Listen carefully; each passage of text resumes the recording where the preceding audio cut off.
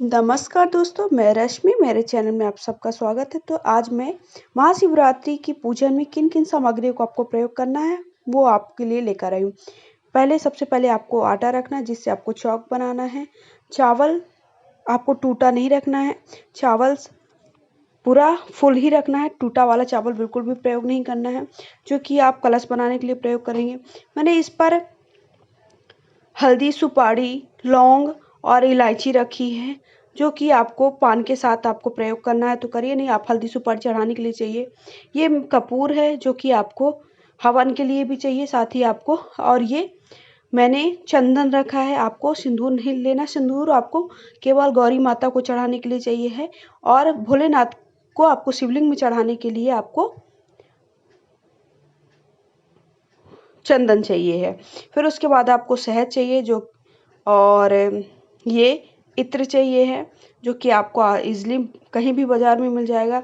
आपको दिया बनाने के लिए दिया चाहिए है, जिससे आप आरती के लिए भी दिया बनाएँगी और उसके साथ-साथ कलश के लिए भी। घंटी चाहिए। किन-किन आपको सामग्री की आवश्यकता है वो बता रही हूँ। तो आपको थाली में क्या-क्या चीज़ें होना चाहिए, आप कहीं मंदिर जा रहे हैं तो। माचिस चाहिए है।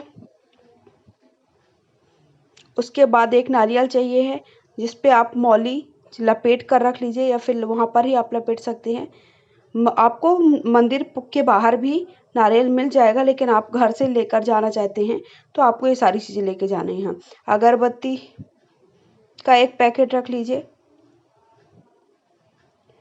तो ये सारी चीज़ें आपको आपकी थाली में होना चाहिए जब भी आप कहीं मंदिर पर शिवरात्रि पर जा रहे हो या फिर आप घर पर भी पूजा करना चाहते हो। ये धूप चाहिए है, तो धूप का आप पूरा पैकेट भी रख सकते हो या फिर 1-2 धूप अलग से निकाल कर रख सकते हैं। ऐसे ही आप अगरबत्ती में भी कर सकते हैं।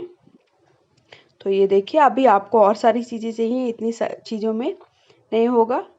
फिर उसके बाद आपको ये जनेऊ चाहिए है, जो कि आप भोलेनाथ को अर्पित करेंगे। इसके बाद सुपारी चाहिए है। तो और उसके बाद ये बेलपत्र है और शमी है, जो कि बहुत ज़्यादा इम्पोर्टेंट है।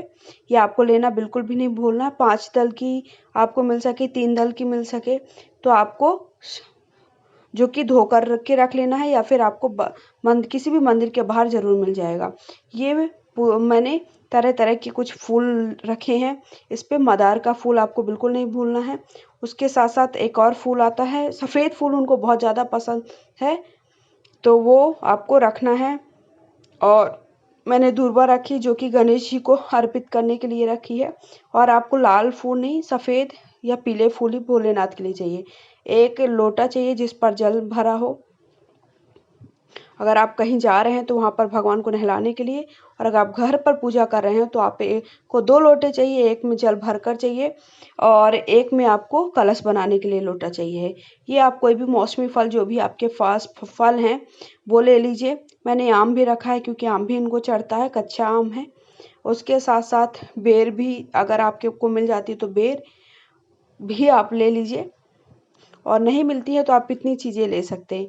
दूध चाहिए भगवान को स्नान कराने के लिए।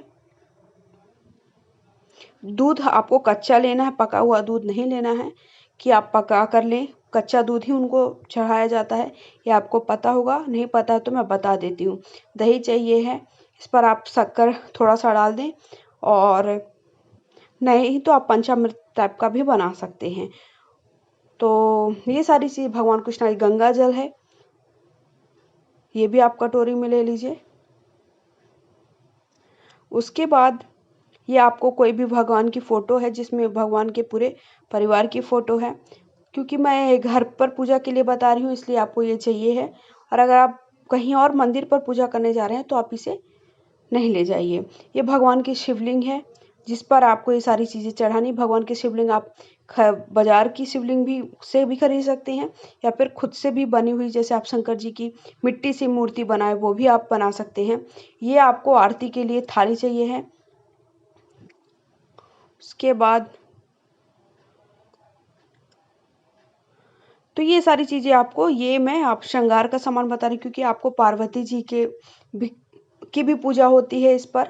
जहाँ भोलेनाथ की पूजा होगी वहाँ पर उनकी अर्धांगिनी की भी पूजा होगी। तो ये सारा श्रृंगार का सामान ले लीजिए। आप श्रृंगार के सामान में और भी चीज़ें ले सकते हैं जो आप चाहते हैं। जितना आप चढ़ाएंगे तो श्रृंगार की चीज़ें आप जितनी भी चढ़ा सकते हैं उतना कम होता है। तो श्रृंगार की चीज़ों में आप जितना ज़्यादा चढ़ा सकें। उसके बाद आप कुछ नगद रख लीजिए दक्षिणा के लिए। ये कथा की किताब ले लीजिए। तो ये शंकर जी की कथा की किताब है। इसमें जो 12 जो ज्योतिर्लिंग हैं उनके बारे में सारी चीज़ें बताई गई हैं। उसके बाद ये हवन के लिए हवन सामग्री ले लीजिए। तो उसके बाद आपको एक पीला कपड़ा लेना है जिस पर आपको आसन बनाना है भोलेनाथ के लिए। तो थैंक यू सो मच।